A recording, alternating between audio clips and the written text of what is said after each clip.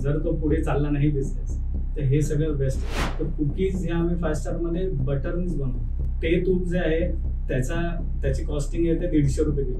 Okay. म्हणजे आपण butter वापरतो त्याची कॉस्टिंग येते 600 रुपये. एका व्हेजिटेरियन माणसाने जर समजा चुकून विथ एक केक खाल्ला, it is very difficult to make out की हा व्हेज होता का नॉन व्हेज होता. एकदम मायनर फरक आपण म्हणू शकतो. त्यांच्याकडे बनतो कधी, त्याचं पॅकिंग कधी होतं, तो मार्केटमध्ये कधी जातो आणि मार्केटमध्ये गेल्यानंतर तो दुकानदार विकतो कधी. जो 4 वेळा घड्याळ बघितला तो समजून जायचं याला इंटरेस्ट नाही. ग्रो विथ पुष्कर मध्ये तुमचं सगळ्यांचं परत एकदा स्वागत आहे. आणि आज आपल्या बरोबर जे पाहुणे आहेत ते बदलापूरमध्ये खूप फेमस आणि त्यांच्याशी खूप मोठी बेकरी आहे आणि त्यांचे प्रोडक्ट सगळ्यांमध्ये लोकप्रिय आहेत. तर त्यांची स्टोरी आपण जाणून घेऊयात. तर डायरेक्टली वळवत आपल्या पाहुण्यांकडे आणि त्यांचं काय बॅकग्राऊंड होतं आणि त्या बिझनेस मध्ये काय आले याबद्दल थोड्याशा गप्पा मारूया. तर सर्वात आधी मी तुमच्या सगळ्यांचं इथे स्वागत करतो दोघांचं की तुम्ही वेळात वेळ काढून पॉडकास्ट मध्ये आलेला आहात. आणि मला तुम्हाला हे विचारायला सुरुवातीला आवडेल की तुम्ही बेकरी बिझनेस मध्ये आलात तर तुमचं बॅकग्राऊंड काय होतं आणि बेकरी बिझनेस मध्ये येण्याचं थॉट तुमच्या डोक्यात कुठून आलं? सो बेसिकली माझं नाव मंदार आहे. मी IT प्रोफेशनल आहे. Hardcore typical IT guy. Okay. 8 वर्ष ॲज अ प्रोजेक्ट मॅनेजर म्हणून काम केलं आणि ड्युरिंग दॅट पिरियड मला आवड होती फोटोग्राफी आणि cinematography. So side by side me wedding shoots वगैरे पण घ्यायचो. पण ज्यावेळी जॉब करत होतो त्यावेळी हे थॉट क्लिअर होतं की हे लॉंग टर्म साठी नाही. सो जॉब आणि फोटोग्राफी लॉंग टर्म साठी नाही आहे. हे जेव्हा कन्फर्म झालं ना माझं डिसिजन त्यावेळी then I started finding other options. Okay. So meanwhile आम्ही दादा बाहेर होता. आम्ही एकमेकांशी बोलायचं काय करायचं, कसं करायचं, पुढे काय करता येईल. सो हे ऑप्शन्स आम्ही शोधत होतो आणि त्या डिस्कशन मधनं एक असा थॉट आला की डिस्कस झाला की आपण हे कंटिन्यू करूया आणि आपण फायनल लॉंग टर्म साठी काहीतरी आपण डिसिजन घेऊया की आपण दोघं मिळून एक बिझनेस चालू करूया. सो ती कुठेतरी एक सुरुवात होती. माझं नाव पुरुषोत्तम भोसले. मी शेफ आहे आणि माझं बॅकग्राऊंड म्हणजे मी बेकरी पेस्ट्रीचाच कोर्स केलेला आहे. माझं स्पेशलायझेशन हे फक्त बेकरी आणि पेस्ट्रीमध्येच झालेलं आहे. आणि त्याच्यानंतर मी एक 15 वर्ष मी जॉब केला आणि 15 वर्षानंतर जेव्हा मला बिझनेस ऑपॉर्च्युनिटी दिसली त्यावेळी मग मी बाहेर होतो. म्हणजे मी मस्कतला जॉबला होतो आणि तिकडून मग आमचं जसं आता बोला की डिस्कशन त्यावेळेला व्हायचं की काहीतरी करायचं, म्हणजे स्वतःच काहीतरी करायचं आहे किंवा स्वतःची काहीतरी आस्थापना पाहिजे या थॉट प्रोसेसनी तुम्ही पुढे आलात. आणि तुम्ही जसं सांगितलं की तुम्ही बाहेर गावी होतात, अब्रॉड होतात. लोकेशनचं नाव होतं मस्कट. तर हे कुठे येतं आणि तिकडचे तुमचे काय अनुभव आहेत? मस्कत हे ओमान एक कंट्री आहे. ओके. ओमानचं कॅपिटल हे मस्कत आहे. ओके. तर तिथे मी हॉटेल क्रमणामध्ये होतो, ॲज अ पेस्ट्री शेफच होतो. ओके. आणि लॉकडाऊन झालेलं. लॉकडाऊन मध्ये सगळं हॉटेलचं इंडस्ट्री पूर्ण स्लॅक मध्ये होती. आणि इकडे यायचा पण चान्स नव्हता त्यावेळेचा. तुम्हाला माहिती आहे की फॅमिली इकडे आणि आपण तिकडे. आणि जर काही झालं तर हॉस्पिटलमधून परत यायचा पण चान्स नव्हता. कारण हे द्यायचं नाही. तर तो एक चान्स आम्ही बघत होतो की परत रिटर्न इंडियात जायचं. एम्बसीमध्ये नाव देऊन ठेवलेलं की आम्हाला जायचं म्हणून. आणि एक वेळ आली की आम्हाला मेल आला की तुम्ही जाऊ शकता. स्पेशल फ्लाईट केलंय. ओके. तर तुम्हाला आहे चान्स. म्हणून आम्ही इकडे आलो. आता इकडे आल्यानंतर सुद्धा लॉकडाऊन आहे. तर काही करण्यासारखं दुसरं काहीच नाही. आम्ही दोघेही बोलतच होतो की आपण काहीतरी करायचं, बिझनेस करूया. ओके. सो थॉट प्रोसेस अशी होती की when we started the discussion, we started with पोळी भाजी बिझनेस. पोळी भाजी बिझनेस. हा थॉट वॉज लाईक की ते इझिली अवेलेबल आहे, इझिली करण्याजोगं आहे आणि आपण पटकन त्याच्यामध्ये सेट करू शकतो असा तो पहिला विचार होता. पण देन असं म्हटलं की अरे दादा स्वतः शेफ आहे, बेकरी पेस्ट्री त्याचं स्पेशलायझेशन आहे आणि पोळी भाजी हे काहीतरी विचित्र कॉम्बिनेशन लॉंग टर्म साठी नाही. म्हणजे दादांचं स्पेशलायझेशन आहे बेकरी पेस्ट्री त्याच्यात. आणि मग दादांना तुम्ही सांगणार की तुम्ही पोळी भाजी केंद्र किंवा पोळी भाजीचा बिझनेस चालू करा. म्हणजे अमिताभ बच्चनला गाणं गाण्यासारखं म्हणजे अंडर युटिलायझेशन ऑफ टॅलेंट किती करावं माणसाने. तुमच्या डोक्यात हे का आलं? कारण तुम्ही बघा 15 वर्षाच्या फील्ड मध्ये होतात, तुम्ही अब्रॉड काम केलेलं होतं, तुमच्याकडे अनुभव भरपूर होता. पण मग इंडियात आल्यानंतर पण तुम्ही ते कंटिन्यू करू शकत होता. मग हा थॉट आलाच कुठून की पोळी भाजी चालू करूया? मग why not your specialisation? Actually कसं आहे की ही जी फील्ड आहे ना बेकरी आणि पेस्ट्री ही स्किल्ड मध्ये येतं. ओके. की याला ना तुम्हाला स्किल्ड वर्कर्सच पाहिजे. आणि जे आमचं लोकेशन आहे ते बदलापूर. तर बदलापूरला कुठली 5 स्टार हॉटेल्स नाही आहेत, तर सगळी जी आहेत ते मुंबई साईडला. आता जर तुम्हाला चांगला स्किल्ड 5 स्टार हॉटेलचे शेफ्स पाहिजे तर ते तुम्हाला मुंबईलाच मिळतील. बरोबर. या साईडला लोक ट्रॅव्हल करतील तिकडे जातील, पण ते जॉब बदलापूर सगळ्या ठिकाणी करणार नाही. तर तो एक चॅलेंज होता की स्किल्ड वर्कर्स मिळणं खूप कठीण. पण मग ह्याच्यात असं पण असू शकतं ना की आपण जर समजा लेबरर्स हायर केले किंवा स्टाफ हायर केला आणि त्यांना आपण ट्रेनिंग देऊन पण त्या साच्यात बसवू शकलो असतो. बरोबर आहे. ऍक्च्युली जे बेकरी म्हणता ना तुम्ही ती लोकल बेकरी झाली. त्याच्यासाठी तुम्हाला कुठलेही वर्कर्स चालले म्हणजे स्किल्डच, पण ते जे 5 स्टारचे शेफ्स आहेत ती लोक वेगळी आहेत. म्हणजे त्यांच्याकडे प्रॉपर ट्रेनिंग आहे. त्यांचा त्याच्यातला अनुभव जो आहे ना हा तो तुम्हाला प्रत्येक देशातले जे स्पेशल ब्रेड्स आहेत हे करण्याचं. ओके. आणि तुम्हाला लोकल बेकरीमध्ये तुम्हाला फक्त पाव, खारी, टोस्ट, बटर या गोष्टी मिळतील. म्हणजे तुम्ही अब्रॉड मध्ये जे काम केलं किंवा तुम्ही तिकडे जी लोकांना क्वालिटी सर्व्ह केली ती क्वालिटी इथे देण्यासाठी जे इन्फ्रास्ट्रक्चर लागतं किंवा लेबर झालं किंवा रॉ मटेरियल झालं किंवा स्किल्ड लोक झाली तो एक चॅलेंज तुम्हाला वाटला. रॉ मटेरियल जे आहे ना ती जी क्वालिटी लागते ती आपल्या इथे खूप टफ आहे मिळणं. ओके. अर्थात ते 5 वर्षापूर्वी जरा जास्ती टफ होतं आणि आता कसं आता पोर्टर्स आणि या ट्रान्सपोर्ट आता सुविधा वाढल्या पण खूपशा गोष्टी अवेलेबल होतात ज्या 5-6 वर्षापूर्वी होत नव्हत्या. हा कठीण होतं. तर त्यामुळे ती थॉट प्रोसेस थोडी वेगळी होती की आपण स्किल्ड जॉब करणं खूप कठीण आहे.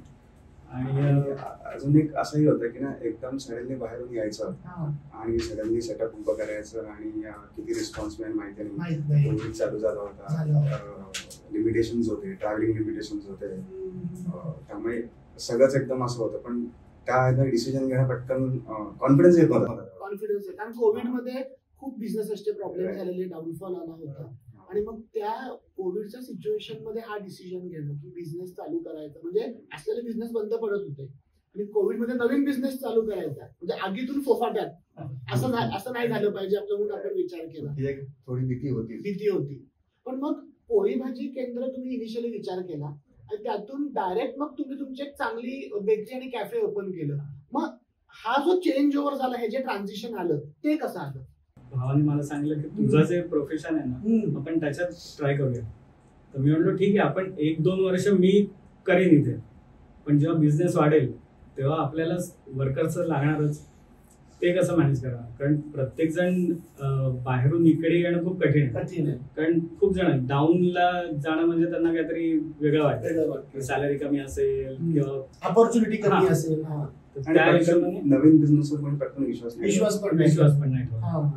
त्याच्यामुळे पण पर्याय नव्हता की आपण जर बेकरी जरी चालू केली ना तरी कसं होतं की आम्ही कॅफे ऍक्च्युअली आम्ही विचार केला मग बेकरी चालू करण्यापेक्षा आपण एक कॅफे चालू करू. ओके. ज्याच्यामध्ये तुम्हाला प्रोडक्शन लिमिटेड असेल आणि म्हणजे सपोज आपण बर्गर बनवला तर बर्गर रॉ पासून आपण बनवतोय म्हणजे ब्रेड पण बनवतोय आणि त्याला एंड प्रोडक्ट आपण रेडी गेस्ट पर्यंत देतोय. ओके. तर ही थॉट प्रोसेस होते. तर त्याला एक लिमिट आहे की आपल्याला एवढं आपण करू. पण लॉकडाऊन असल्यामुळे सिटिंगच नव्हतं, अलाउडच नव्हतं. पण म्हणून मग आम्ही एक बेकरी म्हणून चालू केलं किंवा ब्रेड आणि पाव तर रोजच्या बेसिक जाती. त्यावेळी गव्हर्नमेंटच्या रेग्युलेशन्स मध्ये बेकरी हे अलाउड होतं म्हणजे त्याच्यामध्ये मिल्क अत्यावश्यकपणे येत होतं अवेलेबल होतं त्याच्यामध्ये. सो म्हणून मग आम्ही म्हणलं चला तो तुम्हाला एक फॅक्टर हेल्प झाली त्या फॅक्टरची की तुम्ही तो फॅक्टर घेऊन ऍटलिस्ट बेकरी प्रोडक्ट चालू करू शकलात. आम्ही बिझनेसचं नाव जरी बेकर्स किचन कॅफे ठेवलं असेल तरी त्याच्या पुढे आम्हाला बेकरी लावायला लागली. मग कॅफे आणि बेकरी ह्यात काय फरक असतो? कॅफेमध्ये तुम्ही खाण्याचा डायरेक्ट म्हणजे बर्गर आहे तर त्याला प्रोसेस करून पुढे त्याच्या आतमध्ये टिक्की किंवा काय घालून हे देणं हे झालं कॅफेमध्ये. ओके. पण बेकरीमध्ये तुम्हाला फक्त ब्रेड बनवायचं आहे, बेस बनवायचे त्याचे प्रत्येक गोष्टीचे. आणि त्याला फायनल कॅफेमध्ये होता त्या ओके. गोष्टी. म्हणजे तुम्ही कॅफे आणि बेकरी याचं कॉम्बिनेशन बनवलं. एक्झॅक्टली. ओके. ही थॉट प्रोसेस मला पर्सनली आवडली की कॅफे पण करायचा होता पण बेकरीमध्ये स्पेशलायझेशन होतं, तर दोघांचं कॉम्बिनेशन करून तुम्ही ते बेकरी आणि कॅफे असं bakers cafe. Bakers cafe. Okay. Intentionally असं होतं की एक पुढे ग्रो झाल्यानंतर प्रोडक्शन पण आपणच करतोय. फ्रेश ब्रेड्स डिलिव्हर्ड होत आहेत लोकांना टेबलावरती with finish goods. Okay. So final product so तेही फ्रेश आहे आणि ब्रेड्स आणि पण रॉ मटेरियल पण फ्रेश आहे. सो कन्सेप्ट तोच होता की आपण बेकरी कॅफेस आज त्याला पुढे घेऊन जाऊ. ओके. आणि जसं तुम्ही म्हणालात की कोविड पासून तुम्ही सुरुवात केली, कोविडमध्ये सगळं तुम्ही उभं वगैरे केलं, तर तुमचा बिझनेस इकडे उभा करताना, बदलापूर सारख्या एरियामध्ये उभा करताना तुम्हाला काय चॅलेंजेस आले किंवा तुम्हाला अशा काय कठीण गोष्टी वाटल्या की या गोष्टींमुळे थोडं तुम्ही बॅकफुटला जाऊ शकत होता? So what were the challenges you faced in Covid? Actually कसं आम्ही जेव्हा तुम्हाला हे सगळ्या गोष्टी करायच्या, बेकरी चालू करायच्या ना, तेव्हा तुम्हाला मशिनरी खूप लागते. अच्छा. कारण पूर्वीचं होतं की जे वर्कर्स असायचे ते हाताने आणि असं सगळं बनवायचं, पण आता तसं नाही आहे. आता तुम्हाला मशिनरी लागतं, तर तुम्हाला इन्व्हेस्ट जी करायची आहे ती जास्ती अमाऊंट आहे. म्हणजे बेकरीमध्ये इन्व्हेंटरी किंवा मशीन्ससाठी इन्व्हेस्टमेंट कॉस्ट ह्यूज आहे. ओके. आणि ती जर आपण आता घेतोय आणि जर तो पुढे चालला नाही बिझनेस, तर हे सगळं वेस्ट आहे. म्हणजे आपल्याला कुठे वापरता येईल. बरं, with manpower of 2. Manpower of 2. एक शेफ आणि एक आयटी. ओके. सो हे कॉम्बिनेशन मला खूप डेडली वाटतंय की दादा शेफ आयटी दोघं मिळून ती बेकरी चालवणं. म्हणजे इन केस जर तो बिझनेस टॉस वरती गेला असता तर त्या मशिनरीचं आपण काय केलं असतं? कारण ओव्हन्स असतात, त्याच्यानंतर डो मिक्सर असतो, शीटर्स असतात, हे सगळ्यांची कॉस्ट लाखांमध्येच असते. अच्छा. तर त्याच्यामुळे एवढे इन्व्हेस्ट करून आपल्याला सर्वाइव्ह नाही झालो तर मग पुढे काय? हा ऍक्च्युली म्हणजे ते कोविड किती चालेल याच्यावर पण अवलंबून होतं. त्याच्यामुळे तो रिस्क फॅक्टर होता. म्हणजे हा इन्व्हेस्टमेंट कॉस्ट आणि जर तो चालला नाही तर सगळं अंगावरती पडेल, हा एक चॅलेंज होता. पण कस्टमरच्या पॉइंट ऑफ व्ह्यू किंवा मार्केटच्या पॉइंट ऑफ व्ह्यू तुम्हाला काय चॅलेंजेस आले की कसा रिस्पॉन्स आला? इनिशियली लोकांना आपलं प्रोडक्ट कळलं का? किंवा ते आपण जे बनवत होतो, जे ऑथेंटिक टेस्ट आपण देत होतो, त्याला मार्केटने कसं रिस्पॉन्ड केलं? मला अजूनही आठवलंय जेव्हा आमचं हे सगळं रेडी झालं ना, तेव्हा मी ते छोटे छोटे पॅम्पलेट्स छापले होते. अच्छा. ब्लॅक अँड व्हाईट पॅम्पलेट होते, ते सुद्धा कलर नव्हते. ओके. तोही कॉन्फिडन्स नव्हता. सो आम्ही ना त्या ज्या बिल्डिंग मध्ये आता बेकरी आहे त्याच बिल्डिंग मध्ये आम्ही, ती सुद्धा बिल्डिंग नवीन होती, तिथे पण राहायला खूप कमी लोक होते. सो आम्ही पूर्ण त्या बिल्डिंग मध्ये जाऊन ते पॅम्पलेट्स वाटले आणि 6व्या-7व्या मजल्यावरून खाली येईस्तोपर्यंत आम्हाला पहिली ऑर्डर आली. ग्रेट. सो 4-5 मुलं तिकडे बसली होती, त्यांनी पॅम्पलेट बघितलेलं आणि त्यांनी मला आठवत नाही काय एक्झॅक्टली ऑर्डर केलं होतं, पेस्ट्री. सो त्यांनी खाली येईस्तोपर्यंत आम्हाला लगेच फोन आला की पेस्ट्री आहे का म्हणून. आणि वी लाईक अरे आता काहीच रेडी नाहीये, आम्ही उद्या तुम्हाला बनवून देऊ का? म्हणजे मला वाटतं इथे तुम्हाला एक लेसन मिळाला असेल की आपण जेव्हा ऍडव्हर्टायझिंग किंवा मार्केटिंग करतो किंवा ब्रँडिंग करतो आपल्या गोष्टीची, त्यावेळेस आपल्याकडे इन्व्हेंटरी रेडी पाहिजे. आणि मग त्याच्यामध्ये ती तुम्ही सांगितलं की तुम्ही पॅम्पलेट वाटण्यापासून सुरुवात केली, मग हळूहळू तुम्हाला रिस्पॉन्स आला. आणि दादाची जी स्पेशालिटी आहे त्या प्रोडक्टसाठी तुम्हाला नंतर रिस्पॉन्स कसा वाढत गेला? ऍक्च्युली कसं आहे की 5 स्टार मध्ये जे आम्ही काम करतो तर आम्हाला प्युअर बटरनीच काम करायचं. म्हणजे आता सपोज कुकीजचं मी उदाहरण घेतो, तर कुकीज हे आम्ही 5 स्टार मध्ये बटरनीच बनवतो. तेच जर तुम्ही लोकल मार्केटमध्ये बघितलं तर तुम्हाला ते सॉर्टनिंग म्हणजे तुम्हाला डालडा आणि तूप म्हणजे बिस्किटांचं तूप येतं. अच्छा. त्याच्याने बनली जाते. तर आता ते तूप जे आहे त्याची कॉस्टिंग येते 150 रुपये किलो. ओके. म्हणजे आपण बटर वापरतो त्याची कॉस्टिंग येते 600 रुपये किलो. चौपट फरक आहे. पण आता हा मोठा चॅलेंज होता की आपण प्रोडक्ट जरी बनवले किती चांगले असले तरी लोकांनी त्याला ऍक्सेप्ट केलं पाहिजे. कॉस्टिंगच 4 टाइम्स जास्त. आणि हे आपण जस्टिफाय कसं करणार? कारण आपण जर तुम्ही कुकीजचं एक्झाम्पल घेतलं किंवा आपण बिस्किट किंवा नानकटाईचं एक्झाम्पल घेऊया की ते आपण लोकल मार्केटमध्ये जातो तेव्हा थोडं स्वस्त मिळतात, मग आपल्याच बेकरीमध्ये ते एवढे महाग का? मग आपण ते लोकांना किती जरी पटवून दिलं की आपण रॉ मटेरियल्स किती चांगले बनवलेले आहेत, तरी शेवटी Indian market is cost sensitive, तर माणूस त्याचं प्राइसिंग बघणारच. पण तरी हा एवढा मोठा चॅलेंज तुम्ही फेस करून आज बदलापूरमध्ये खूप चांगली आपली गुडविल निर्माण झाली. तर हे तुम्ही कस्टमर्स पर्यंत क्वालिटी कशी पोहोचवली? आम्ही जेव्हा कुकीज बनवल्या ना, आम्ही सर्वात पहिले काम एकच केलं की टेस्ट. ओके, तुम्ही टेस्ट करा, तुम्ही घेऊ नका, टेस्ट करा. म्हणजे तुम्ही सॅम्पलिंग केलं. सो बेसिकली फूड ना हा एक्सपिरियन्सचा भाग आहे. एक्सपिरियन्सचा भाग आहे. करेक्ट. समोर कितीही बोललो ना हा. तरी जोपर्यंत तू खात नाही तोपर्यंत तोपर्यंत तू बिलीव्ह करणार नाही. करणार नाही. सो बेसिक होतं की तू घे बॉक्स उघड आणि ते खायला, तू उंडच उघडू नको, खाऊन बघ. आणि ते खाल्यावर कळतं की कुठलं चांगलं चांगलं आहे. काय आहे, खाल्यावर कळतं. Sampling work for you. Yes, sampling then work it for you. Started. आणि मग ते माउथ पब्लिसिटी, अरे मग आपल्या इथे खाली बेकरी चालू झाली, मग तिथे किती चांगलं मिळतं, ओके. मी खाऊन बघितलं. इव्हन पेस्ट्रीचं मगाशी मी एक्झाम्पल दिलं की जेव्हा आम्ही पेस्ट्रीची ऑर्डर दिली, जेव्हा त्यांना त्या मुलांना डिलिव्हरी दिली त्या पेस्ट्रीज, त्यांना आपलंच कळलं की अरे यांचं चॉकलेट समथिंग डिफरंट आहे, बाहेरच्या पेस्ट्रीज पेक्षा यांची टेस्ट वेगळी आहे. Then that's how it started की ते माउथ पब्लिसिटी मग एकमेकांना काढलं. म्हणजे बॉटम लाईन मला असं समअप करता येईल की रॉ मटेरियल्स हा खूप क्रुशियल पार्ट आहे तुमच्या फायनल प्रोडक्टची. तर तुम्ही रॉ मटेरियल किती चांगलं वापरता, किती ऑथेंटिक आणि प्युअर वापरता, आणि त्याला कोणत्या प्रोसेसने तुम्ही फायनल प्रोडक्ट बनवता याच्यावर फायनल प्रोडक्टची क्वालिटी डिपेंड आहे. तर आपली सुरुवात होती रॉ मटेरियल्स ऑथेंटिक वापरायचे, तर फायनल प्रोडक्ट आपल्याला चांगलं डिलिव्हर करता येईल. मला एक सांगायचं वाटेल की आम्ही पहिली 2 वर्ष आहे ना, दुकानावरती बोर्ड पण नव्हता नावाचा. अच्छा. जे आम्हाला जेवढे कस्टमर मिळाले ना ते फक्त आणि फक्त माउथ पब्लिसिटी. आपलं प्रोडक्ट जर छान असेल, टेस्ट असेल, तर रेफरन्सनी पण कस्टमर्स येतात. आणि नाव त्याच्यामुळेच होतं. तर आपण टेस्ट जेवढी मेंटेन करू, तर तुम्ही जसं सांगितलं की तुम्ही ऑथेंटिसिटी आणि प्युरिटी मेंटेन केली, तर त्यामुळे आपली ती गुडविल वाढत गेली. So taste always play a crucial role in building your brand. आणि आपण टेस्टवरती खूप बारकाईने काम केलेलं आहे. तुम्ही जो एक्सपिरियन्स सांगताय त्याच्यामुळे मला असं लक्षात येतंय की टेस्ट आणि इन्ग्रेडियंट्स याच्यावरती आपण खूप बारकाईने काम केलेलं आहे. पण त्या पहिल्या याच्यामुळे आता आम्हाला असं वाटतं आम्ही कुठलाही प्रोडक्ट काढून देऊ. आता लोकांना ना म्हणजे ते आता आमच्याकडे जेव्हा येतात तेव्हा त्यांना ती गॅरंटी आहे की हे प्रोडक्ट चांगलं असेल.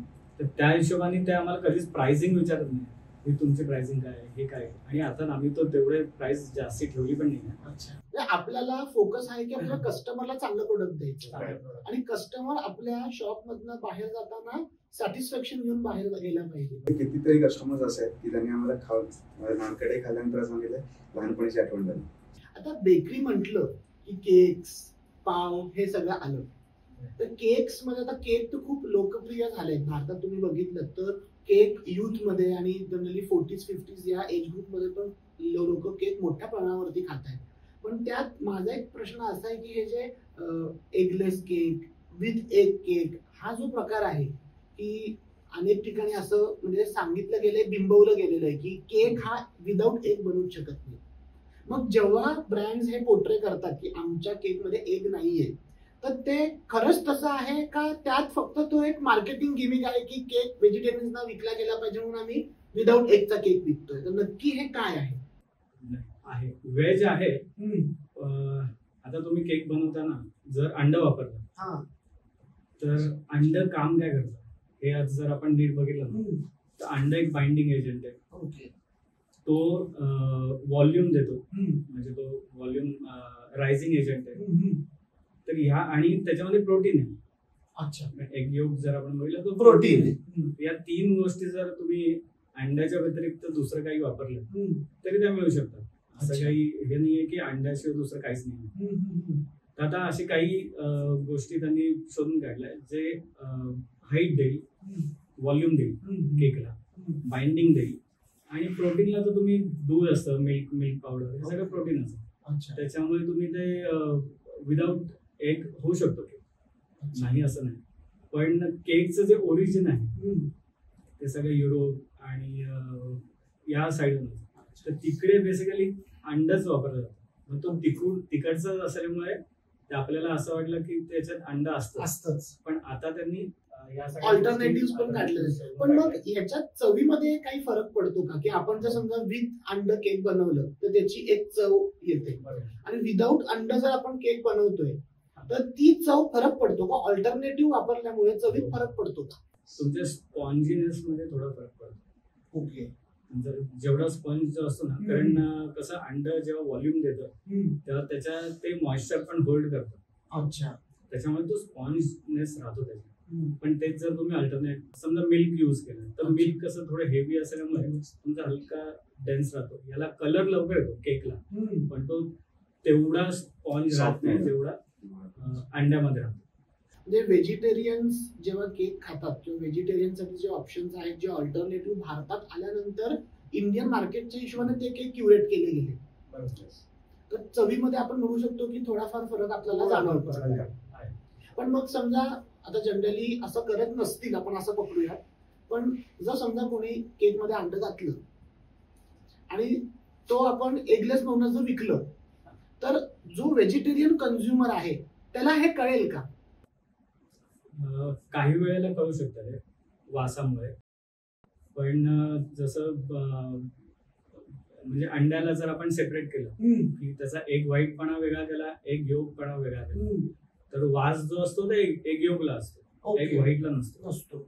आणि व्हॉल्यूम जो देतो तो एक व्हाईट देतो, एक योग नाही देतो. म्हणजे ते एक व्हाईट आणि एक योग हे दोन्ही घालणं कंपल्सरी आहे केक मध्ये. बरोबर. ते कारण एक योग जे आहे ते प्रोटीन आहे. जर मैदा कशासाठी वापरतो आपण, तर अंड जेव्हा व्हॉल्यूम देतं तर मैदा त्याला फक्त स्ट्रक्चर देतो. आणि आता बेक झाला तर अंड्याचं काम संपलं की तो स्टिफ झाला, पण त्याला आता व्हॉल्यूम हे कोणी दिलं स्ट्रक्चर, तर ते मैद्याने दिलं. त्याच्यामध्ये तुम्ही साखर घातली, साखर काय करतं तर मॉइश्चर देतं, गोडवा देतं, तुमची लाईफ वाढवतं. त्याचे या सगळ्या गोष्टी, प्रत्येक गोष्टीला महत्व असतं. तुम्ही मीठ जरी घातलं तरी मीठ तुमचं ऍज अ प्रिझर्वेटिव्ह पण काम करतं. केक मध्ये मीठ घालतात असतं ना, टेस्ट नाहीये. हा टेस्ट नाही, ते तुम्हाला नेग्लिजिबल बॅलन्स करायला. म्हणजे नुसतंच गोड लागतंय असं पण नाही सांगितलं. म्हणजे आपण असं पकडूयात की एका व्हेजिटेरियन माणसाने जर समजा चुकून विथ एक केक खाल्ला, it is very difficult to make out की हा व्हेज होता का नॉन व्हेज होता. एकदम मायनर फरक आपण म्हणू शकतो. ओके. आणि जेव्हा आपण ब्रेड्स बद्दल बोलतो, इंडियन ब्रेड्स असे खूप प्रकारचे ब्रेड्स आहेत. म्हणजे पिझ्झा बरोबर आपण जो बेस असतो तो पण एक प्रकारचा ब्रेड आहे. सँडविच मध्ये ब्रेड जातो. आपण रेग्युलर जो मिसळ पाव बरोबर जो पाव खातो तो पण एक प्रकारचा ब्रेडच आहे. हे ब्रेडच्या व्हरायटीज किती आहेत आणि त्या ब्रेडच्या व्हरायटीज वेगवेगळ्या पदार्थांसाठी वेगवेगळ्या जर आपण वापरल्या तर चवीमध्ये किती फरक पडू शकतो? खूप फरक पडतो. ऍक्च्युली ब्रेड्स जे आहेत ना, हे ब्रेड प्रत्येक कंट्री आपापल्या स्पेशल ब्रेड्स असतात. प्रत्येक कंट्री वाईज ब्रेड्स वेगळे. आता इंडियन ब्रेड कुठले आपले, पोळी रोटी आपण पंजाबी, त्याला आपण इंडियन ब्रेड म्हणतो. ते सगळे इंडियन. आपले ब्रेड्स असतात ते शक्यतो फ्लॅट ब्रेड असतात. Flat bread. ओके. तेच जर तुम्ही गल्फ मध्ये गेला तर तिथे पण फ्लॅट ब्रेड विकतात. त्यांचा एक खुपूस म्हणून एक ब्रेड आहे. खुपूस तो पण इंडियन फ्लॅट ब्रेड. पोळी सारखंच आहे का? हा पोळी सारखाच आहे, पण त्याला बेक केला जातो ओव्हन मध्ये. आपल्या घरात काही ओव्हन नसतो, त्याच्यामुळे ती लोक त्याला जास्त करून बाहेरूनच प्रिफर करतात, विकत घेणं. असं प्रत्येकाच्या घरात असेल ना असं नाही. युरोप मध्ये गेला तर तुम्हाला आता युके मध्ये जिथे जिथे ब्रिटिश लोक होते त्यांनी हे पाव ब्रेड्स या सगळ्या गोष्टी तिकडून आल्या. ओके. त्याच्यानंतर तुम्ही प्रत्येक कंट्री म्हणजे इव्हन जर्मन मध्ये गेला तर त्यांचे ब्रेड्स वेगळे आहेत. फ्रान्सला गेला तिकडे त्यांचे ब्रेड वेगळे. या सगळ्यांचे ब्रेड्स हे वेगळे. तर त्यातले जे फेमस आणि ते सगळीकडे चालतील, सगळ्यांना आवडतील असे ब्रेड लोकांनी शोधून इथे बनवतात आता ते. अच्छा. पण मग आता अनेक ठिकाणी मी बघितलेले लोकल मार्केटमध्ये, म्हणजे इंडियात आपण प्रेफरेबली बोलूया की इंडियामध्ये आता सँडविच साठी जो ब्रेड वापरतात तोच अनेक वेळेला लोकली पण विकला जातो. पिझ्झा साठी जो बेस बनवला जातो तो रेडीमेड मार्केटमध्ये विकतात फक्त पिझ्झा बेस म्हणून. मग त्या तुम्ही घरी घेऊन जा, तुमच्या टॉपिंग्स टाका आणि बेक करून खा. पण that is not the original bread which has to be used to make a pizza. Exactly. तर त्याच्याबद्दल थोडीशी माहिती दे. कसं आहे, आपण जेव्हा ब्रेड म्हणतो ना तेव्हा आपल्याला माहिती आहे की याच्यात मैदा वापरणार, पण मैद्यामध्ये 13 प्रकार आहे ते कोणाला माहिती? मैद्यामध्ये पण 13 प्रकार आहे. आता प्रत्येक मैदा हा वेगळी टेस्ट देतो. ओके. बरोबर आहे. तर ती जी टेस्ट आहे ना ती तुमची कुठल्या मॅच होते भाजी बरोबर ती आता तुम्ही शॉर्मा खाल्ला तर शॉर्मा जो खाल्ला जातो हा मिडल ईस्ट मध्ये जास्त करून शॉर्मा खातात. ओके. आता तो पण फ्लॅट ब्रेड मध्येच बनवतात. आपले ते आपण जी पोळी म्हणतो त्याच्यामध्ये जर तुम्ही सेम स्टफिंग घातलं तर दोन्हीची टेस्ट वेगळी लागेल. बनवलं जातं ऑलमोस्ट सेमच पण टेस्ट वेगळी लागेल. तर तसं हल्ली लोकांना ते माहिती नसतं. ते कुठलाही स्टफिंग उचलतात, कुठल्याही ब्रेड मध्ये लावतात. आणि माझा प्रश्न तोच आहे ऍक्च्युअली. सो मुळात खायचं कसं हेही सांगितलं गेलं पाहिजे. आतापर्यंत आपल्याकडे बेकरी बिझनेस आहे ना, आपण त्याला ट्रेडिशनली बघतो. एक्झॅक्टली. पाव, ब्रेड आणि फार फार तर कडक पाव. त्याच्या पलीकडे आपलं मार्केट अजून नाही गेलं. आपलं मार्केट तेवढं मॅच्युअर नाही झालंय. पर्टिक्युलर मी बदलापूर मधलं म्हणतो. ओके. मुंबईमध्ये बरेच बेकरीज आहेत जे डिफरंट टाइप्स ऑफ ब्रेड देतात. बेकरी कॅफे हे जे कल्चर आहे ना ते मुंबई आणि नवी मुंबई साईडला बऱ्यापैकी आहे. ओके. आपल्याकडे अजून आलेलं नाही. अच्छा. सो आमचा प्रयत्न हाच आहे की जे डिफरंट टाइप्स ऑफ ब्रेड आपण म्हणतोय ते अवेलेबल झाले पाहिजे विथ दॅट ऑथेंटिसिटी. की for example ciabatta bread, focaccia bread, ते कशाबरोबर खातात, त्याच्या आतमध्ये स्टफिंग काय गेलं पाहिजे हे आम्हाला वाटतं की आम्ही लोकांना सांगितलं पाहिजे. आणि तुम्ही हे याच्याबरोबर खा, कुठलाही ब्रेड उचला, त्याला कुठलाही स्टफिंग लावा असं नका करू. सो ते कळलं, सांगता आलं पाहिजे, लोकांना कळलं पाहिजे. तो प्रयत्न आहे जास्तीत जास्त. हल्ली लोक काय करतात, पिझ्झा बेस घेतात. घरात काय आहे तर टोमॅटो सॉस, केचप काही टाकायचं, लावायचं, त्याच्यावरती भाजी टाकायची, खायची. पण तो पिझ्झा नाहीये. तो पिझ्झा नाही. हे टोमॅटो केचप आणि टोमॅटो सॉस, तर केचप आणि सॉस यात काय फरक आहे? कसं आहे म्हणजे इंडियन मार्केटमध्ये तर एक केचप घेऊन ये, सॉस घेऊन ये, सॉस म्हणजे केचपच. तर सॉस आणि केचप मध्ये मूलभूत फरक काय आहे? जो केचप जे आहे ना ते लॉंग लास्टिंग साठी बनवलेलं आणि ते ऍज अ सॉस म्हणजे डीप येते कशासाठी. म्हणजे तुम्ही जर स्प्रिंग रोल घेतला तर ते एक आपण डीप म्हणून खातो. ते झालं केचप मध्ये आलं. ओके. पण सॉस जो जातो हा बेस म्हणून जातो कुठल्याही खाण्याला. तो बेस म्हणून आहे. पिझ्झा घेतला तर तुम्हाला जो खालती बेस लागतो तो टोमॅटो सॉस आहे. आणि जे केचप आहे ना, केचप मध्ये तुमचं व्हिनिगर जातं, कारण त्याला लाईफ वाढवायची त्याची. तो व्हिनिगर जाईल, स्वीट जास्ती असेल तो. तर ह्या सगळ्या गोष्टी आपण पिझ्झा मध्ये नाही करू शकत. पिझ्झा गोड झाला असं नाही झालं. तर त्याच्यामुळे हे सगळं अवॉइड करायला लागतं. पुरणपोळी आपली इंडियन आहे. बरोबर आहे. आता ही जर युरोपियन लोकांनी त्याच्यात काही चेंजेस केले तर आपण ते खपून घेऊ का? नाही. आपण जर तिथे जाऊन ती पुरणपोळी बघितली तर आपण म्हणून हे काय असं नसतं. तसंच त्यांचंही होतं. तसं त्यांचं होतं. ते इकडे आल्यानंतर आपण सॉस लावतोय आणि केचप लावतोय बघितल्यावर त्यांची पण डोकं फिरतात. म्हणजे काय तुम्ही आमच्या ज्या पदार्थाची बनवण्याची पद्धत जी आहे ती त्याच पद्धतीने, त्याच रॉ मटेरियलने जर बनवली तर तुम्हाला ती ऑथेंटिक टेस्ट बघायला मिळते किंवा एक्सपिरियन्स करायला मिळते.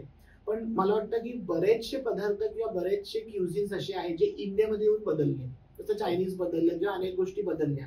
तर हे जो पावाचे जे प्रकार आहेत ते पण इकडे लोकांनी त्यांच्या कन्व्हिनियन्सच्या हिशोबाने बदलले. ब्रेड म्हणजे बेसिकली काय केलं जातं की त्याच्यामध्ये ईस्ट टाकलं जातं. ईस्ट टाकल्यावर त्याला एक तो फुलतो.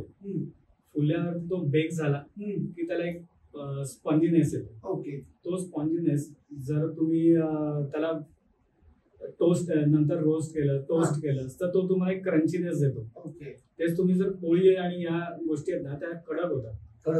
त्या क्रंची नाही होणार, कडक होते. ते जे ब्रेड्स आहेत ना त्याच्यामध्ये तुम्हाला प्रत्येकाचं स्टफिंग वेगळं करायला लागेल. गार्लिक ब्रेडची पण बनवण्याची पद्धत वेगळी आहे. ऍक्च्युली गार्लिक जो आहे ना तो गार्लिक वापरायचा जो पद्धत आहे ना ती वेगळी असते. आता जी लोक गार्लिक वापरतात त्याच्यामध्ये काय करतात, गार्लिकची पावडर वापरतात. ओके. त्याला फ्लेवर आहे, टेस्ट नाही. फ्लेवर आहे पण टेस्ट नाही. अच्छा. तर ती तुम्ही बेक केलात ना तर तो वास उडून जातो. अच्छा. मी गार्लिकचा तेवढा वासच येत नाही. पण तुम्ही सांगताना सांगाल काय गार्लिक ब्रेड, पण तुम्ही जर त्याच्यात रॉ गार्लिक घातलं तर तो ब्रेड फुलणार नाही. कारण गार्लिक मध्ये जे केमिकल्स असतात ते तुम्हाला रायझिंग करून देणारच नाही. तर त्याच्यामुळे खूप कॉशियस राहायला लागतं की तुम्हाला गार्लिक ब्रेड जेव्हा बनवायचा आहे तर तुम्हाला गार्लिक कसं वापरलं पाहिजे त्या ब्रेडमध्ये, जे ब्रेड तो स्पॉइल नाही करणार. तर तो सगळा विचार करून आम्ही आमचा एक वेगळा क्युरेट केलाय की जो सगळ्या या नॉर्म्स पूर्ण करेल. आधी म्हणजे आजी आजोबा किंवा पूर्वीपासून एक सांगत आलेले आहेत की मैदा पोटासाठी चांगला नाही किंवा पाव जास्त खाऊ नको रे, पावामुळे आपल्या पोटाला त्रास होऊ शकतो. तर तिथून जी शिकवण येत आली म्हणजे आजी आजोबा, आई वडील, मग आपली जनरेशन असं, तर मग पाव एवढा खरंच हानिकारक असतो का? आणि जर पाव खरंच एवढा हानिकारक आहे तर मग जेवढे पण बेकरीचे बिझनेसेस आहेत ते कसे काय ग्रो होऊ शकतील? तर हा पाव ही जी कन्सेप्ट आली कुठून आणि याचं मिथ तुम्ही कसं उलगडा? ग्लुटीन हा प्रकार आहे गव्हामध्ये असतो. ते आजकाल ग्लुटेन फ्री सगळीकडे येतं ते. हा, त्याचे ग्लुटीन आहे ना, ते काही जणांना त्याची अलर्जी आहे. ओके. पण ते प्रोटीन आहे. तुम्ही जर गहू आपण दळायला घेतो आणि काही गोष्टी ज्या आहेत ना, काही ग्रेन्स जे आहेत जे आयुर्वेदामध्ये सांगितलेले आहेत की रोज खाऊ शकतात. ओके. ज्याच्यामध्ये गहू आहे, गहू, तांदूळ, आपण रोज जे खातो ते त्या गोष्टी आहेत. तर तो जो गहू आहे त्याच्यामध्ये सुद्धा तो ग्लुटीन असतो. ओके. तुम्ही घरी जर पोळी खाऊ शकता तर तुम्ही मैद्याची पिझ्झा पण खाऊ शकता, कारण तोच ग्लुटीन आहे. पण तो ग्लुटीनची अलर्जी असते खूप जणांना. जशी नट्सची अलर्जी असते तशी ग्लुटीनची पण अलर्जी असते. पण तरी ही गोष्ट जास्त प्रचलित आहे की आता बघा, पिझ्झा रोज खाणं रेकमेंडेड नाही, सँडविच रोज खाणं रेकमेंडेड नाही, गार्लिक ब्रेड रोज खाणं रेकमेंडेड नाही, किंवा पाव हा जो प्रकार आहे, पाव हा रोज खाणं रेकमेंडेड नाही म्हणण्यापेक्षा की आपण रोज तो खात नाही किंवा आपल्याला ती शिकवण मिळालेली की अरे पाव रोज नको खाऊ, कधीतरी ठीक आहे, रोज नको. तर ही जी प्रथा आहे किंवा हे जे आपल्याला शिकवण दिलेली आहे, तर खरंच तो तेवढा हानिकारक आहे? रोज खाल्ला पाहिजे, नाही खाल्ला पाहिजे? त्याबद्दल तुमचा काय ओपिनियन आहे? कसं आहे, आता जर कुठलीही गोष्ट तुम्ही जास्ती केली, इव्हन तुम्ही नुसतं पाणी जरी कंटिन्यू जास्ती प्यायलात तरी पण त्याचे साईड इफेक्ट होतात, कारण ते सतत पचायला जाईल. तसं तुम्ही कुठलीही गोष्ट, आता तुम्ही साखर जास्त खाल्ली, मीठ जास्त खाल्लं, दूध जास्त प्यायलं, म्हणजे कोणत्याही गोष्टीचा अतिरेक वाईट हे जे म्हणतात ते त्या दृष्टिकोनातून ते म्हणालेले आहे. पण आपल्याकडे तेवढं खाल्लं जाईल नाही. आपण आठवड्यातून किंवा 15 दिवसातून किंवा महिन्यातून एकदा पावभाजी केली आहे, एकदा मिसळ केली आहे. आपल्याकडे पाव आणि ब्रेड हे मेन फूड नाहीये. रोज आपण घरी जेवतो, पण पोळी भाजी भात हे रोजचं बनतं. आठवड्यातून 1-2 वेळा वगैरे आपण किंवा ब्रेकफास्टला वगैरे खातो, विच इज ओके. ओके. म्हणजे हे आपण असं नाही म्हणू शकत की तुम्ही पाव खाऊच नका किंवा ब्रेड खाऊच नका, असं काही नाहीये. फक्त तुम्ही किती लिमिटेड खाता याला महत्व आहे. पण तुम्ही जर युरोपियन बघितलं तर ते रोज नाही, त्यांचं जेवण सकाळ आणि संध्याकाळ तुम्ही ब्रेड पासून सुरू होतं. पण माझा ह्याच्यात हा एक म्हणजे प्रश्न असा आहे की आपण इकडे जशी पोळी भाजी खातो तसं ते तिकडे ब्रेड्स खातात, बरोबर आहे? मग आपल्याला हे जे सांगितलं गेलेलं आहे डॉक्टर्सनी किंवा घरच्यांनी की ब्रेड रोज खाऊ नको, पाव रोज खाऊ नको, त्याच्याने पोटाला त्रास होईल, मग तिकडे ते लोक तर रोज खातात ना, मग त्यांना तो त्रास कसा होत नाही? तेच ऍक्च्युली ते त्रास जो होणार जे आहे ना ते फक्त आणि फक्त ज्याला ग्लुटेनची अलर्जी त्यांनाच होतो तो. आणि तो त्यांच्याकडे रेग्युलर ब्रेड जेव्हा खाल्ला जातो ना तेव्हा त्यांना समजलं की किती जणांना तो प्रॉब्लेम होतो. तर तेव्हापासून त्यांनी ते ठरवलं की ज्यांना ज्यांना ग्लुटेनचा प्रॉब्लेम आहे त्यांनी ब्रेड खायचं नाही. मग ते त्याला अल्टरनेटिव्ह तुम्ही ज्याच्यामध्ये ग्लुटेन नाही आहे, आता ज्याच्यामध्ये ग्लुटेन नाही म्हणजे तुम्ही तांदूळाचं पीठ आहे, ज्वारीचं पीठ आहे, की आपण ज्या बाकीच्या गोष्टी आहेत, म्हणजे आता रायमध्ये हे असतं ग्लुटेन आहे, बार्लीमध्ये आहे, त्याच्यानंतर या व्हीट मध्ये आहे, तर त्यांना हे सगळं अवॉइड करायचं. पण ज्याच्यामध्ये ग्लुटेन नाही आहे, मग आता ग्लुटेन फ्री तुम्हाला जर करायचं आहे तर ते काय असं नाही आहे की गव्हामधलं ग्लुटेन काढून टाकलं आणि आता गहू दिलाय म्हणजे या गव्हाचं पीठ दिलंय तुम्हाला आता चालेल, तर तसं नाही. ग्लुटेन फ्री म्हणजे त्याचं पीठच होईल, म्हणजे तांदूळाचं पीठ असेल. नाही, पण मग जे आता सध्या जे ब्रँडिंग करतात किंवा मार्केटमध्ये ज्या गोष्टी प्रचलित आहेत की ग्लुटेन फ्री ब्रेड आहे किंवा ग्लुटेन फ्री फूड आहे, तर मग विदाउट ग्लुटेन ब्रेड बनतो ते सांगू. आता आपण जर गव्हाची पोळी बनवू शकतो तर आपण तांदूळाची भाकरी पण बनवतो ना, तो पण फ्लॅट ब्रेडच आहे. तसंच तांदूळाच्या पासून बनवलेला ब्रेड किंवा कॉर्न पासून बनवलेला ब्रेड हे सगळे ग्लुटेन फ्री मध्ये येतात. म्हणजे मैद्याचा जो ब्रेड आहे त्याच्यात ग्लुटेन असणार. म्हणजे ग्लुटेन फ्री ब्रेड जे आपण म्हणतो ते हे तांदळाच्या पिठापासून किंवा कॉर्नच्या पिठापासून बनतात. त्याच्यामध्ये स्टार्च आहे, त्याच्यामध्ये ग्लुटेन नाही. अच्छा. चिकटपणा त्याच्यात पण आहे, पण तो स्टार्च मुळे आणि याच्यामध्ये ग्लुटेन मुळे. आणि ह्यालाच एक एक्सटेन्शन की आपण परत केक्स वरती आपण बोलत होतो की केक्स मध्ये पण खूप प्रकार आहेत. आणि केक्स जे फेमस झाले इंडियात, म्हणजे मला वाटतं 10-15 वर्षांपूर्वी केक एवढे फेमस नव्हते. आणि केक मध्ये ब्रँड्स म्हणजे आपल्याला एखाद दुसरा मॉन्जिनीस वगैरे तेवढाच माहित होता. पण मी गेल्या 15 ते 20 वर्षाची तर समजा सिच्युएशन बघितली, कॉम्पिटिशन बघितली, तर केक, पेस्ट्रीज हे खूप लोकप्रिय झाले. तर हे लोकप्रिय होण्यामागचं काय कारण असू शकतं? ऍक्च्युली ना, आता जर तुम्ही बघितलं, पूर्वी कसं होतं की प्रत्येक नाक्यावरती ना एक स्वीटचं दुकान उघडायचं. आज जर तुम्ही बघायला गेलात तर स्वीटची दुकानं कमी होत चालल्यात आणि केकची दुकान वाढत चालली. तर ती क्रेज जी आहे ती लहान मुलांपासून आहे की लहान मुलांना केक आवडतो. केक बेसिकली एक सेलिब्रेशनचं एक माध्यम झालं की काही घरात सेलिब्रेशन आहे, चला पटकन केक आणू. दरवेळी कोण मिठाई आणून खाऊन ते ट्रेडिशनल मेथड थोडा इरॅडिकेट झाल्या की आपण आधी मिठाई आणायचो, पेढे आणायचो, तसं आता केक आणायला लागलो. आणि प्रत्येक फॅमिलीमध्ये तुम्ही जर बघितलं तर वर्षाला 4-5 इव्हेंट तरी असतात. मुलांचा वाढदिवस असतो किंवा त्यांची अॅनिव्हर्सरी असते, तर 31st ला वापरला जातो. तर अशा आणि मी अजून एक ती कन्सेप्ट ऐकलेली आहे की स्वीट टूथ. बरोबर. हे जर समजा मी जर तुम्हाला विचारलं तर तुम्ही जेव्हा आमच्या वयाच्या होता तेव्हा स्वीट टूथ हा प्रकार नव्हता, मग तो आता आला ना. मग ते स्वीट टूथ म्हणजे काय की जेवणानंतर काहीतरी गोड खाण्याची इच्छा होते, त्याला स्वीट टूथ म्हणतात आहे. मग ती कशी कल्टिवेट झाली किंवा ती कशी डेव्हलप झाली? ती केक्समुळे झाली, पेस्ट्री खायच्या इच्छेमुळे झाली, का फक्त ते एक निमित्त आहे की मला केक खायचा आहे तर आपण त्या लेबल लावू किंवा मला स्वीट टूथ म्हणून मी केक खातो? फक्त निमित्त. आणि see the availability of cakes is right now is easily available. पहिले पण आपण जेवण झाल्यावर पान खायचो, ते गोडच होतं, मसाला पान खायचो. सो आता फक्त काय झालंय, आईस्क्रीम खायचे. सो जशी जनरेशन बदलली तसे ऑप्शन्स बदलले, त्यामुळे हे झालं. ब्लॅक फॉरेस्ट हा खूप लोकप्रिय झालेला केक आहे. मला वाटतं ब्लॅक फॉरेस्ट हा मॉन्जिनीसने आधी लॉन्च केला का? त्याच्या मागची काय स्टोरी आहे? जर्मन मध्ये एक जागा आहे. अच्छा, जागेचं नाव आहे? हा, ते फॉरेस्ट आहे. फॉरेस्ट आहे. आणि त्या ब्लॅक फॉरेस्ट मध्ये कसं असतं की एक सीझन आहे, त्या सीझन मध्ये ती झाडाची पानं पडतात आणि ती थोडी डार्क ब्राऊन कलरची असतात. ओके. आणि त्याच वेळेला ना बर्फ पण पडत असतो. तर जर तुम्ही आपण बघितलं ना तिथे, तर ब्राऊन आणि व्हाईट असे लेयर्स बनतात तिथे. अच्छा. आणि त्या म्हणजे त्या झाडांना काही अशी लाल फळं वगैरे असतात. ओके. तर ती पण पडली जातात.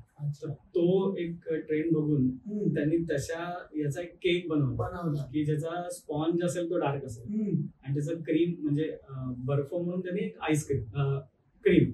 अच्छा. Black and white he theme बनवून त्याला एक ब्लॅक फॉरेस्ट नाव दिलं. चीज केक म्हणतात की केक तर लोक खातच होती, तर चीज केक पण खायला लागली. आणि हा ट्रेंड वाटतं गेल्या 5-7 इयर्स मध्ये जास्त बघायला मिळालं की लोक चीज केक खायला लागली, चीज केकची लोकप्रियता वाढली. तर चीज केक हा प्रकार नक्की काय आहे? जे चीज आहे ना, हे क्रीम चीज येतं. ओके. तर त्या क्रीम चीज पासून बनवलेला केक. अच्छा. आता मोझरेला चीज जसं आपण पिझ्झावर वापरतो, तर ते चीज वेगळं आहे, हे चीज वेगळं. म्हणजे चीज केक मध्ये जे चीज वापरतात ते पूर्णतः वेगळे आहे. ओके.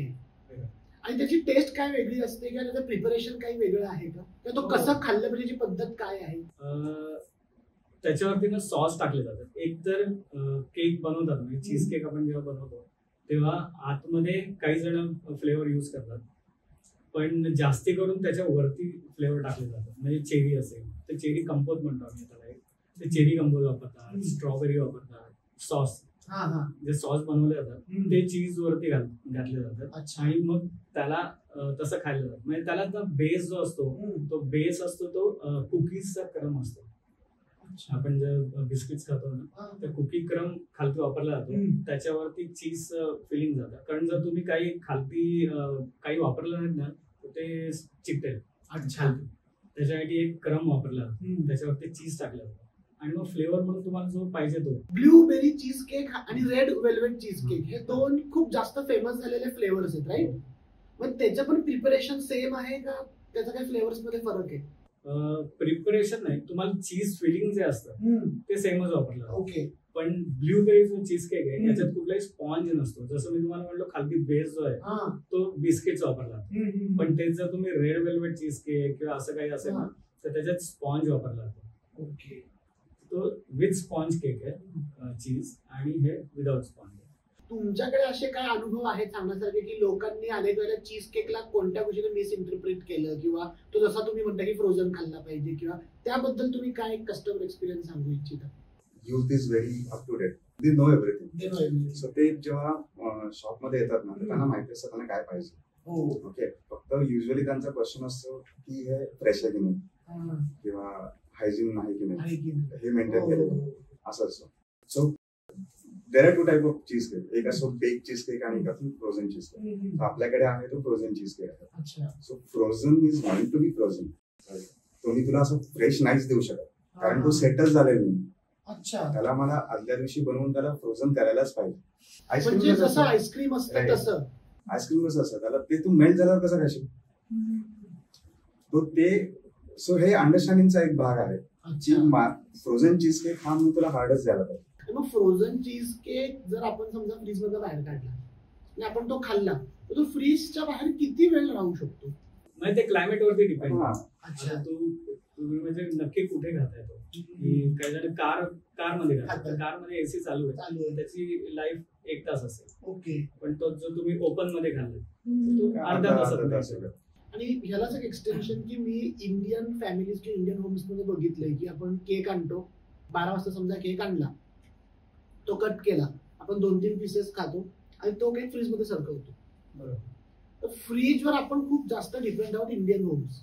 तर कट केलेला केक आपण जर फ्रीज मध्ये ठेवतो, नॉर्मल केक असो किंवा चीज केक असो, तर तो किती काळ राहील किंवा तो साधारणपणे किती दिवसांमध्ये संपवला पाहिजे तर तुम्हाला त्याचा त्रास होणार नाही? एक पिल्सबेरी म्हणून नावाची कंपनी, हा ऐकलंय मी. पिल्सबेरी कंपनीला एक कॉन्ट्रॅक्ट मिळालेला की माणूस जेव्हा चंद्रावर चाललाय तर तेव्हा त्याला सर्वात मेन काय लागणार तर खाणं. हो. तर याच्यावरती रिसर्च करा की खाणं कसं पाहिजे किंवा कसं राहिलं पाहिजे. तर त्यांनी जेव्हा एक त्यांचं हे दिलं, त्याच्यामध्ये त्यांनी सांगितले 2:4चा एक फॉर्म्युला दिला. तर 2:4चा फॉर्म्युला कसा आहे की तुम्ही जेव्हा कुठलंही अन्न बनवता, रेडी फूड करता, ते फूड 2 तासाच्या आत तुम्हाला कंझ्युम केलं पाहिजे. ओके. जर ते नाही होत तर तुम्ही त्याला फ्रीज करू शकता. ओके. म्हणजे प्रिझर्व करू शकता. पण ते जर 3 तास झाले, त्या अन्नाला बाहेर 3 तास झाले, तर तुम्ही ते फक्त खाऊ शकता, ते तुम्ही प्रिझर्व नाही करू शकता. त्याच्यानंतर तुम्हाला जर त्याचे 4 तास झाले तर तुम्ही ते फक्त खाऊ शकता त्यावेळेपुरतं. तर कुठल्याही प्रकारचं काहीच फ्रीजिंग आणि काही म्हणजे प्रिझर्व करूच शकत नाही. आणि जर 4 तासाच्या वरती झाले तर तुम्ही ते खाऊ पण शकत नाही आणि प्रिझर्व पण नाही करू शकत. तर तुम्हाला स्ट्रेट वे फेकून द्यायचं. अच्छा. ते तुम्ही जर हॉटेल्स मध्ये बघितलं तर आम्ही हॉटेलमध्ये जेव्हा काम करतो आम्ही बुफेज लावतो. जेवणाचे बुफे असतो, डिनर बुफे असतो. त्या बुफेमध्ये आम्ही जे जेवण हे करतो ते जास्तीत जास्त त्याचा मॅक्सिमम टाइम 3.5 तास ते 4 तास असतो. त्याच्यानंतर ते आणलं की ते सरळ आम्हाला आउट करायला लागतं, पूर्ण फेकायचं. ते कुठलंच युटिलाइज नाही करायचं, because it is not fit for consumption. Exactly. तर केकचं पण असं काही आहे. तर तुम्ही केक जेव्हा फ्रीज करता, कुठली गोष्ट फ्रीज करता, ते फ्रीजचं शेल्फ लाईफ वाढवायला करतो आपण. बरोबर आहे. आता शेल्फ लाईफ वाढवायचं तर कसं, तुम्हाला त्याचं कॉन्स्टंट त्याला टेम्परेचर द्यायला लागेल. तुम्ही जर खायचं म्हणून बाहेर काढला, थोडा वेळ खाल्ला, परत ठेवला, तर असं 2-3 वेळा झालं तर ते मिल्क प्रोडक्ट आहे ते खराब होणार, ते स्पॉइल होणार. तर तुम्ही जितक्या वेळा बाहेर काढाल तेवढं त्याचं लाईफ कमी होत जाईल. तुम्ही आतमध्येच ठेवा, पीस कट करा, पीस बाहेर काढा. पण तो जो आपण कॉन्स्टंटली आत ठेवतोय तो किती दिवस टिकू शकतो? बनवल्यापासून 2 दिवस असतो. बनवल्यापासून 2 दिवस. आता तो कधी बनलाय आणि तुम्ही कधी घेतलाय ते डिपेंड होतं. कारण तुम्ही म्हणाल की मी आज घेऊन आलो म्हणजे आता 2 दिवस राहील, पण तो 2 दिवस आधी बनवला असेल तर. पण मग हे जेवढे पण मोठे मोठे केकचे ब्रँड्स आहेत ते जे केक बनवतात, शॉप मध्ये ठेवतात, आपण ऍज अ कन्झ्युमर शॉप मध्ये ते केक घेतो, तर मग आपल्याला हे कसं कळेल की तो कधी बनवलाय, तो लगेच खायचा आहे किंवा तो किती दिवस राहील? हा एक चॅलेंज आहे. तो तुम्ही असं हे नाहीच करू शकत. आता बेकरी म्हटलं की फक्त केक आणि पाव नाहीये, बिस्किट्स, नानकटाई, काहीतरी इंग्लिशला आपण कुकी पण म्हणतो. ते बिस्किट्स, नानकटाई आणि कुकीज हे जे प्रकार आहेत तर हे ओरिजिनली कुठून आले आणि मग ते इंडियात कशी रुळले आणि त्यांची बनवायची पद्धत किती ऑथेंटिक असू शकते? बिस्किट्स आणि कुकीज ऍक्च्युली आहेत दोन्ही एकच. म्हणजे जिथे ज्या कंट्रीज मध्ये ब्रिटिश रूल होता ती लोक सगळे बिस्किट्स म्हणतात. अच्छा. आणि US मध्ये ती लोक कुकीज म्हणतात आहे. म्हणजे कसं आहे की बिस्किट म्हटलं की शॉर्टनिंग म्हणजे तुमचं तूप किंवा बटर, मैदा आणि साखर या 3-4 गोष्टींनीच फक्त जे बनलं जातं ते कुकीज आणि बिस्किट. ओके. तर असं काही हे नाही आहे, दोन्ही नावं जरी वेगळी असली तरी प्रोडक्ट ते एकच आहे. आणि नानकटाई हा काय प्रकार आहे? नानकटाई जी तुपाने बनली जाते. आता याच्यामध्ये कुकीज आणि याच्यामध्ये कसं बटर वापरलं जातं, याच्यामध्ये नानकटाईमध्ये तूप वापरलं जातं. अच्छा. तर सगळंच चेंज होतं. म्हणजे तुमचं तुपाचा बेकिंग हे वेगळं असतं, बटरचं वेगळं. म्हणजे बटरनी जेव्हा तुम्ही कुकीज बनवता ना तेव्हा ते कन्वर्ट होतं तुपामध्ये. म्हणजे बटर तुम्ही घातलंय कुकीज मध्ये तर ते गरम होऊन त्याचा तुपामध्ये कन्वर्ट होतं. पण जर तुम्ही डायरेक्ट तूपच वापरलं ते कन्वर्ट काय होणार, त्याच्यामुळे तुमची जी नानकटाई आहे त्याला शक्यतो कलर पांढराच असतो, पांढऱ्यासारखा. पण तेच कुकीज जर तुम्ही बघितलं तर तो ब्राउनिश होतो किंवा आणखीन काय आपण जे फ्लेवर ऍड करू तर चेंज होतं. एक गोष्ट मी कोविड मध्ये प्रकर्षाने ऑब्झर्व केली की कोविड मध्ये ना होम बेकर्स खूप वाढले. म्हणजे घरून केक शिकले, युट्यूब वरून केक शिकले, ताईने शिकवला, आत्याने शिकवला, मावशीने शिकवला, असे खूप घरोघरी लोक केक बनवायला लागले. आणि त्या कोविड मधून जी थोडीफार लोक सस्टेन झाली त्यांनी घरूनच केकच्या ऑर्डर घेऊन ते केक विकायला सुरुवात केली. पण they are not original bakers, किंवा त्यांचं पॅशन बेकिंग मध्ये नव्हतं. ऑन द कॉन्ट्ररी तुमचं बॅकग्राऊंड किंवा तुमचं पॅशन सगळं बेकिंग मध्ये होतं, म्हणून तुम्ही ते ऑथेंटिकेट करून ते त्या क्वालिटीचं देऊ शकताय. तर हा जो कॉम्पिटिशनचा सिनेरिओ आहे ह्याला तुम्ही कसं बघता? बेसिकली कसं आहे ना, bakery as a full time business आणि बेकरी किंवा केक्स वगैरे घरून करणं त्याचा जमीन आसमानचा फरक आहे. सगळ्यात पहिली गोष्ट म्हणजे त्याचं प्रिपरेशनला लागणारं तुमचं सामान. घरामध्ये आपण जे अवेलेबल आहे ते यूज करतो. सिम्पल एक्झाम्पल आपण घेऊया. समजा मी डबल लेअरचा केक बनवला, तुम्हाला फ्रीज मध्ये ठेवायचा. पहिले मला माझ्या घरातल्या फ्रीज मध्ये जागा करायला पाहिजे. तर ती बनवण्याच्या प्रोसेस पासून मला तो किती वेळ लागतो, काय लागतो, त्याला लागणारं साहित्य, हे सगळं मला फक्त त्याच्याशी रिलेटेड आणावं लागणार. बरोबर. म्हणजे याचा डायरेक्टली अर्थ हा झाला की जे सामान उपलब्ध आहे त्याच्यात मी बनवणार. त्याच्या अपोजिट एक्झॅक्टली कमर्शियली बिझनेस करण्यामध्ये आज मला तिकडे ट्रायल अँड एरर करायचं, कारण मला माहिती आहे मला तो लॉंग टर्म साठी बिझनेस करायचा. सो माझं जोपर्यंत फायनल प्रोडक्ट मला मिळत नाही तोपर्यंत मी 10 वेळा ट्रायल अँड एरर करणार. त्याच्यामध्ये मी तेवढे माझी इन्व्हेस्ट करणार, त्याच्यावर मी वेळ देणार, त्याच्यामध्ये माझी मशिनरी असणार, त्याला लागणारं सगळं साहित्य असणार. तर तो हा फरक आहे. समजा 100 लोकांनी चालू केलं, त्यातले 10 जण कंटिन्यू झाले. आणि परत जसं म्हटलं तसं की raw material is the main की.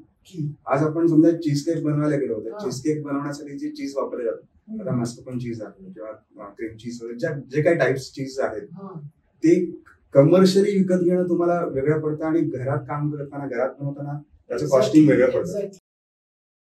सो शेवटी हा मला वाटतं महत्वाचा मुद्दा तुम्ही मांडलात की जे रॉ मटेरियलची प्रोक्युरमेंट आहे त्याच्यात खूप मोठा फरक पडतो.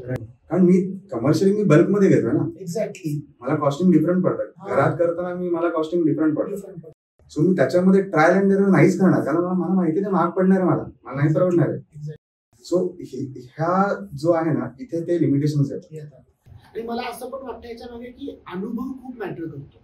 ऑफकोर्स. आणि एक्सपिरियन्स खूप मॅटर करतो की तुमच्या हाताखालून किती केक्स गेले, तुम्ही किती केक्स बनवले, किती केक्स बिघडलेत, त्याच्यातून तुम्ही काय काय शिकलेला आहात. जसं दादांनी सांगितलं 15 ते 20 वर्षाचा अनुभव आहे बेकरी, पेस्ट्रीज आणि केक्स मध्ये. तर 20 वर्षाचा अनुभव आणि कोविड मध्ये चालू झालेला बिझनेस यात जमीन आसमानाचा फरक आहे आणि तो नेहमी असणार आहे. ब्रेड अनेक कंट्रीजचं स्टॅपल फूड आहे. जसं आपल्याकडे पोळी भाजी आहे, आपण पोळी बनवून ती 4 दिवसांनी नाही खात, आपण लगेच खातो. तसंच ब्रेडचं पण आहे लॉजिक. पुन्हा हे जे मार्केटमध्ये जे ब्रेड येत आहे जे 4-4 दिवस टिकत आहेत, ऑन द कॉन्ट्ररी जो ऑथेंटिक ब्रेड बनतो तो लगेच कन्झ्युम केला पाहिजे. तर ह्याच्या प्रोसेसमध्ये काय मेकिंग फरक आहे, काय केमिकल्स वापरले जातात, वर्सेस तो किती आपण ऑथेंटिक बनवू शकतो, याबद्दल तुम्ही काय माहिती द्याल? कंपनी जेव्हा बनवते तेव्हा ती शेल्फ लाईफ वाढवण्यासाठी प्रयत्न करते, कारण त्यांच्याकडे बनतो कधी, त्याचं पॅकिंग कधी होतं, तो मार्केटमध्ये कधी जातो, आणि मार्केटमध्ये गेल्यानंतर तो दुकानदार विकतो कधी, ती याला कंझ्युमर घरी घेऊन जाणार आणि नंतर खाणार. याला ऍटलिस्ट 4 दिवस तरी पाहिजे. आता आपण घरी जेव्हा पोळी बनवतो ती 4 दिवसानंतर खाल्ली तर कशी लागेल, ती राहणारच नाही. पण मग ते ब्रेड टिकतात अर्थात केमिकल वापरलं, प्रिझर्वेटिव्ह वापरले जातात. प्रिझर्वेटिव्ह काम काय करतं, तर त्याला जे फंगल लागू शकतं ते लवकर लागणार नाही, हे काम स्लो डाऊन करतात. स्लो डाऊन फंगस लागण्याची जी प्रोसेस आहे, केमिकल्स जे आहेत ते स्लो डाऊन करतात, मग पदार्थ लवकर खराब होत. पण अर्थात शेवटी ते केमिकल. आणि आता जे आपण म्हणतो की जे नवीन नवीन स्टुडंट्स आहेत किंवा जे यूथ आहे किंवा ज्यांना हॉटेल मॅनेजमेंट करायचं आहे किंवा ज्यांना ह्या फील्डमध्ये यायचं आहे, त्या मुलांसाठी तुमचा जो अनुभव आहे किंवा तुम्ही अनुभवातून जे शिकत आलेला आहात, तर त्या मुलांसाठी तुम्ही काय टिप्स द्याल की हॉटेल मॅनेजमेंट करायचंय किंवा कुकिंग या इंडस्ट्रीत यायचं असेल तर त्यासाठी तुमच्याकडे काय फॅक्टर्स हवेत किंवा तुम्ही काय बघितलं पाहिजे? आता अशा मुलांसाठी ना त्यांच्यासमोर प्रॅक्टिकल एक्झाम्पल शेफ आणि non chef. Okay, exactly. So मला सांगायचं याच्यातून हे आहे की सगळ्यात पहिली गोष्ट, तुम्हाला जर का बिझनेस करायचा असेल तर तुमच्याकडे इतर स्किल पाहिजे नाही तर मेहनत करायची तयारी पाहिजे. ओके, स्किल कमवण्याची तयारी पाहिजे. आणि आता ऑब्व्हियसली स्किल असेल तर ते तुम्हाला हेल्प करणारच आहे, डेफिनेटली. तुम्हाला त्यातलं इन अँड आउट सगळ्या गोष्टी माहिती. त्यामुळे सो डिसिजन मेकिंग हे खूप क्रिटिकल होतं की मी कुठला बिझनेस निवडतोय, कुठल्या साईड निवडतोय, त्याच्यातलं मला कितपत माहिती आहे, मी तिथे किती सर्व्हाइव्ह होऊ शकणार आहे, हे प्रत्येकाला माहिती असतं. नाही असं अजिबात होत नाही. मला माहिती असतं की मी काय करू शकतो. तर तो डिसिजन हा सगळ्यात पहिले महत्वाचा. आणि त्याच्यानंतर ऑब्व्हियसली स्किल्स असेल तर मग प्रश्नच नाही. तुमच्याकडे स्किल्स कधी होतात जेव्हा तुम्हाला इंटरेस्ट असेल.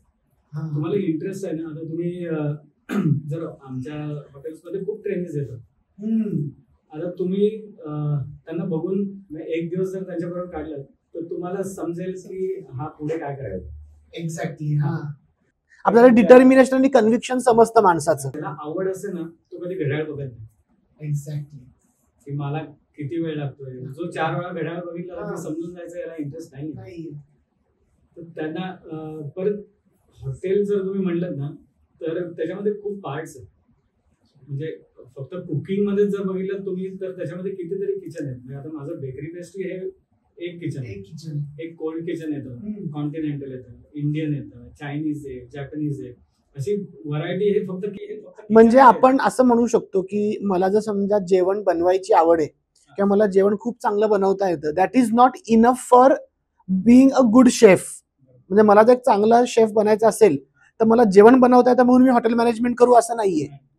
तुम्हाला त्यात स्पेशलायझेशन निवडावं लागेल की तुम्ही कॉन्टिनेंटल शेफ बनताय का, तुम्ही बेकरी आणि पेस्ट्री मध्ये जाताय का, तुम्ही एशियन मध्ये जाताय. तर त्यात पण एरियाज आहेत, राईट. आपलं जर आपण ताट बघितलं जेवणाचं तर त्याच्यात कसं असतं, एक मेन असतं कोर्स, स्वीट असतं, कोशिंबिरी असतं, असं हे. आता याच्यामध्ये किचन आहे, एक मेन किचन वेगळी झाली म्हणजे जे मधलं जेवण, त्याच्यानंतर कोशिंबिरी, हे झालं कोल्ड किचन. अच्छा, स्वीट झालं, हे झालं पेस्ट्री किचन. या प्रत्येक गोष्टीला एक एक किचन बनवलं. ओके, म्हणजे सलाड बनवण्याचं स्पेशलायझेशन वेगळं आहे, लोणचं बनवायचं स्पेशलायझेशन वेगळं आहे, तसं ते डिवायडेड आहे. आता याच्यामध्ये कंट्रीज पण येतात. माझं कॉन्टिनेंटल आहे, माझं त्यांचं फूड, तर त्यांचं फूड काय आहे, पास्ता असेल, पिझ्झा असेल आणि बऱ्याच गोष्टी येतात. तर ते झालं कॉन्टिनेंटल फूड. त्याच्यानंतर तुम्ही जॅपनीज, चायनीज, हे तर पूर्ण वेगळं आहे. तर हे सगळं किचन मध्ये आहे. त्याच्या व्यतिरिक्त तुमचं येतं फ्रंट ऑफिस येतो, हाऊसकीपिंग आहे, हे सगळे पण हॉटेल मधलेच आहेत. आता जो मुलगा हॉटेल मॅनेजमेंट करतोय असं गरजेचं नाही की तो किचन मध्येच जाईल. तर आजचा पॉडकास्ट खूप छान झाला आणि तुम्ही जी माहिती दिली किंवा तुम्ही जे आम्हाला ऑथेंटिक गोष्टी सांगितल्या, नक्कीच आमच्या ऑडियन्सला त्याचा फायदा होईल. आणि ज्या लोकांना या बिझनेसमध्ये यायचं आहे त्या लोकांसाठी पण तुम्ही खूप चांगल्या इन्साइट्स दिल्या. So first of all thank you from my entire team की तुम्ही वेळात वेळ काढून इकडे आलात आणि तुमचं व्हॅल्युएबल नॉलेज आमच्याशी शेअर केलं. आज आपल्या गेस्टनी जे इम्पॉर्टंट इन्साइट शेअर केल्या या तुम्हाला कशा वाटल्या हे आम्हाला कमेंट्समध्ये नक्की कळवा आणि आमच्या चॅनलला लाईक, शेअर आणि सबस्क्राईब नक्की करा. पुन्हा भेटूयात पुढच्या पॉडकास्ट.